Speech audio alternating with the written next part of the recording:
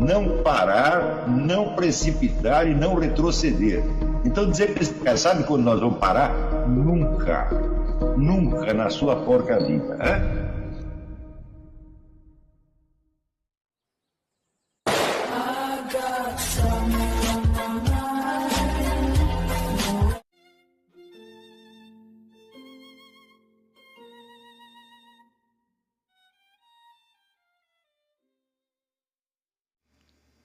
E aí pessoal, tranquilo? Então vem aqui antes do vídeo começar, pedir para vocês se inscreverem, quem não for inscrito, compartilhar, curtir, comentar. Quem puder seja membro do canal, que isso ajuda bastante. Tem também o link do Apoia-se. Quem puder ajudar nosso canal e apoiar financeiramente vai ser muito bem-vindo. Mas o mais importante é transmitir o conteúdo e os conhecimentos do professor Olavo de Carvalho para mais e mais brasileiros. Então compartilhe e ajude aí nossa causa.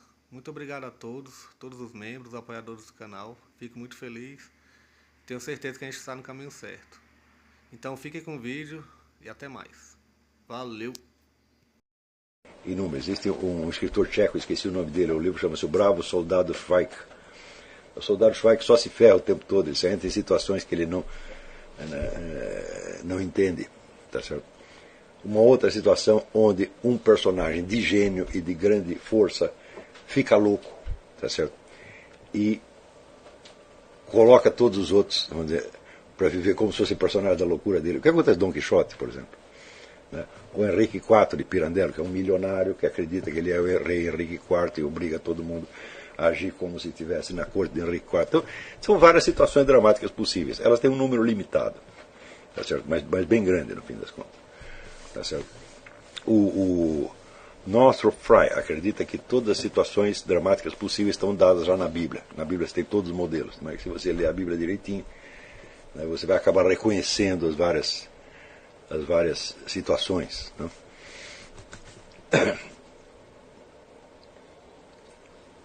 Você vê que, pelo menos através da Bíblia e através da mitologia grega e do teatro grego, esta base imaginativa comum foi compartilhada por todos os filósofos ao longo dos tempos. Até mais ou menos o século XIX. Quando chega no século XX, isso vai desaparecendo. Então, sem esta base, é impossível você compreender a filosofia historicamente. Então você só vai poder compreender aquilo como disputa abstrata entre ideias que não tem nada a ver com a realidade. Tá certo? Então, preste atenção. É por isso que eu digo, sem você ler muita literatura, você lê os livros de filosofia, é besteira. Não perca o seu tempo. Mesmo porque tem um outro motivo. Quer dizer, a linguagem filosófica não é uma linguagem autônoma. Tá certo? Ela é uma linguagem que é elaborada a partir de uma linguagem pré-existente. A linguagem literária existe praticamente desde que o mundo é mundo. Quer dizer, o primeiro índio que decidiu, né, contar uma história para as pessoas em volta da fogueira já inventou a linguagem literária ali, entendeu? Então, a linguagem literária é, por assim dizer, natural na humanidade. Né? Então, a expressão poética é a primeira que surge em todas as civilizações. Então, você já tem esse patrimônio de uma linguagem coletiva, né, que está pronta. A linguagem filosófica é uma linguagem técnica elaborada em cima disto, e que tem constantes referências a esta linguagem, tanto a linguagem do cotidiano quanto a linguagem literária. E se você não capta as alusões, você não sabe do que o sujeito está falando. Isto mesmo a linguagem mais técnica. Mesmo, por exemplo, você pegar um sujeito como Edmundo Husserl, ou como os escolásticos, que escrevem sempre linguagem técnica, toda esta linguagem técnica foi elaborada a partir do patrimônio literário já existente. Nada é elaborado em filosofia a partir, vamos dizer, da experiência bruta, mas sim da experiência culturalmente consolidada. Quando Aristóteles diz que a dialética, né, quer dizer, que é a arte filosófica por excelência, ela parte de uma confrontação entre as doutrinas dos sábios, entre as opiniões dos sábios. Note bem, não é qualquer opinião, não é a opinião do seu Zé Mané da esquina. Ele está supondo que já existe um patrimônio, tá certo, de opiniões culturalmente relevantes. Está entendendo? Se você não conhece esse patrimônio de opiniões culturalmente relevantes, você não sabe de onde está partindo a discussão filosófica. Está compreendendo? Existe aí um terceiro motivo.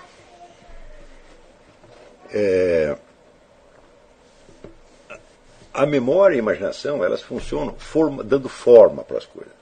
Quer dizer, você capta o material dos sentidos e você agrupa e cria uma forma repetível. E se essa forma pode ser repetida como tal, pode ser elaborada, misturada com outras, etc, etc.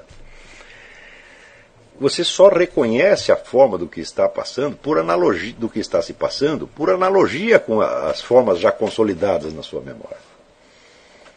Uma situação que seja totalmente nova e que não tenha nada a ver com as formas consolidadas na sua memória, você não entende absolutamente. Quando eu digo analogia, quer dizer que a situação não repete perfeitamente o que você já conhece, mas tem uma analogia. Analogia é uma mistura de semelhança e diferenças. Então, é no jogo da semelhança e diferença que você percebe no que a situação nova repete as anteriores e no que ela tem algo de próprio e diferente.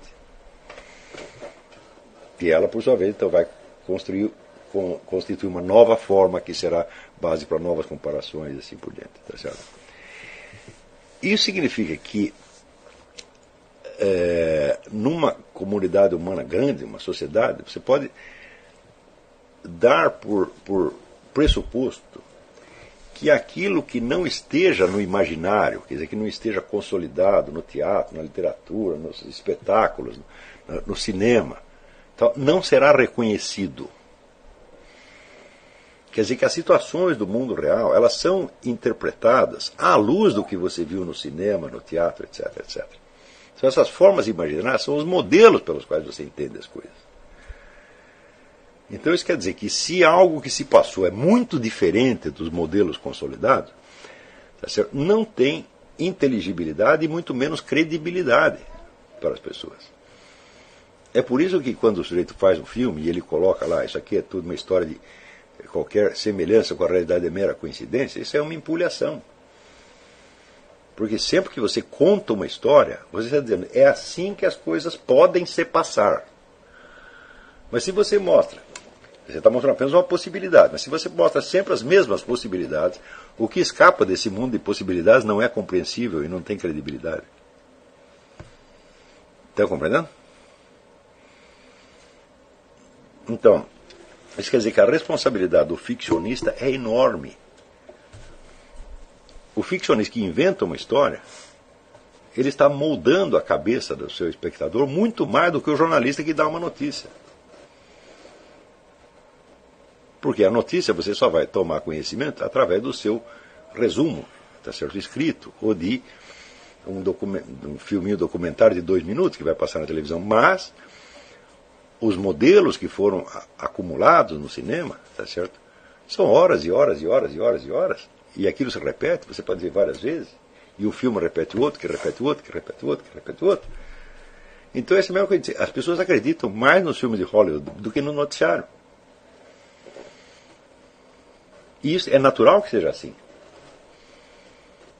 Está compreendendo?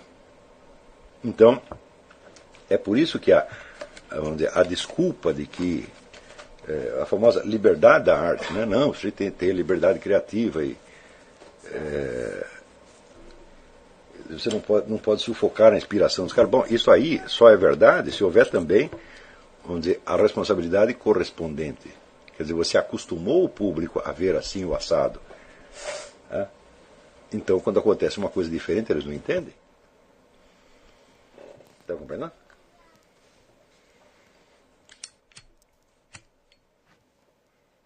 Então, por exemplo, agora que eu estou vivendo aqui nos Estados Unidos, eu vejo que aqui o cinema acostumou as pessoas a entender que tudo que acontece aqui começou aqui dentro mesmo. Quer dizer, a ação do estrangeiro não existe para o americano. Não existe.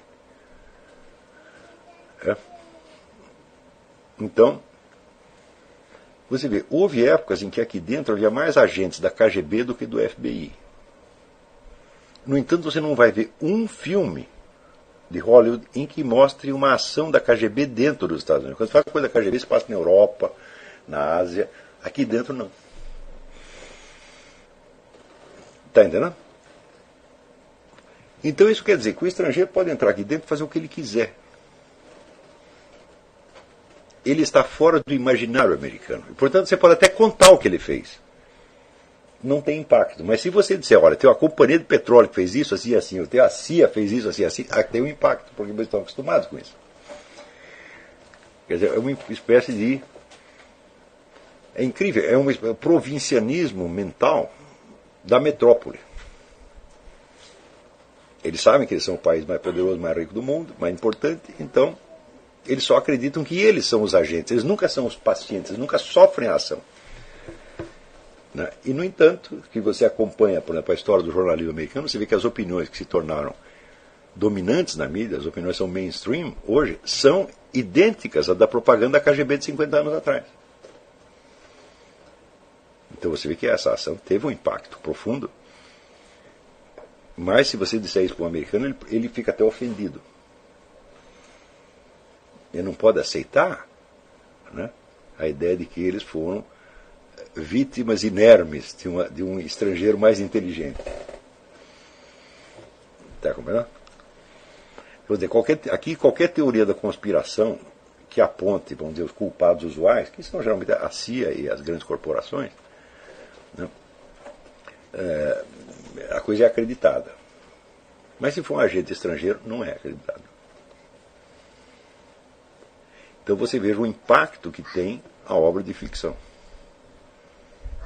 Então, se nós queremos nos tornar capazes, vamos dizer, de entender situações humanas infinitamente mais complexas do que essa que eu estou explicando para vocês, então o único jeito é você ampliar a sua imaginação e enriquecer a sua imaginação. E o meio para fazer isso é, né,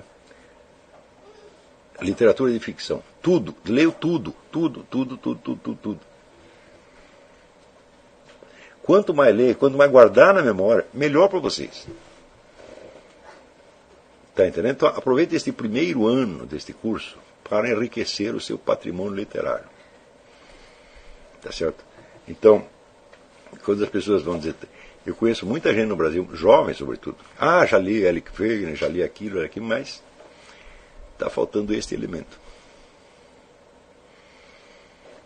E vou dar um outro conselho para vocês. O que você deve ler em matéria de ficção? Você deve ler aquilo que o restante da humanidade já leu. Não adianta você ler os autores que estão na moda agora. Primeiro que você não sabe se eles vão durar. Eu conheço mais gente que leu Kurt Vonnegut do que leu Dante. Ou do que leu Balzac.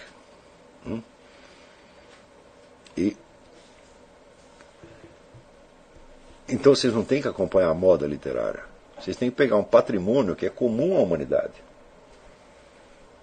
Que é o patrimônio de imagens, de situações, etc. Que é o que a humanidade inteira conheceu. Então aí entra o conceito dos clássicos. É isso?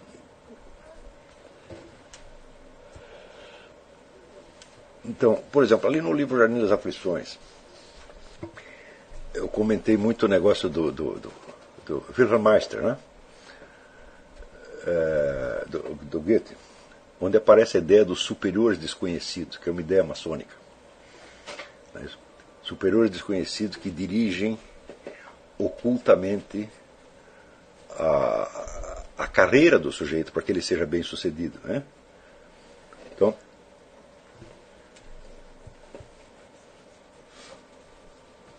você, a partir disso aí, você pode identificar muitas situações reais que acontecem.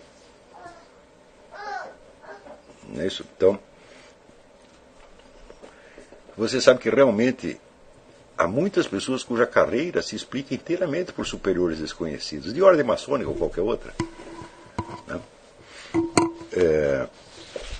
Por exemplo, é impossível explicar a carreira do Paulo Coelho de outra maneira. Né? Agora, se você lê o Wilhelm Meister, você já entende como é que a coisa funciona. Se você não entende, você não é capaz de imaginar aquilo, exceto, vamos dizer, como teoria da conspiração no sentido mais direto da coisa. Quando às vezes não é isto. Né? Bom, vamos ver, tem uma outra pergunta aqui que é interessante.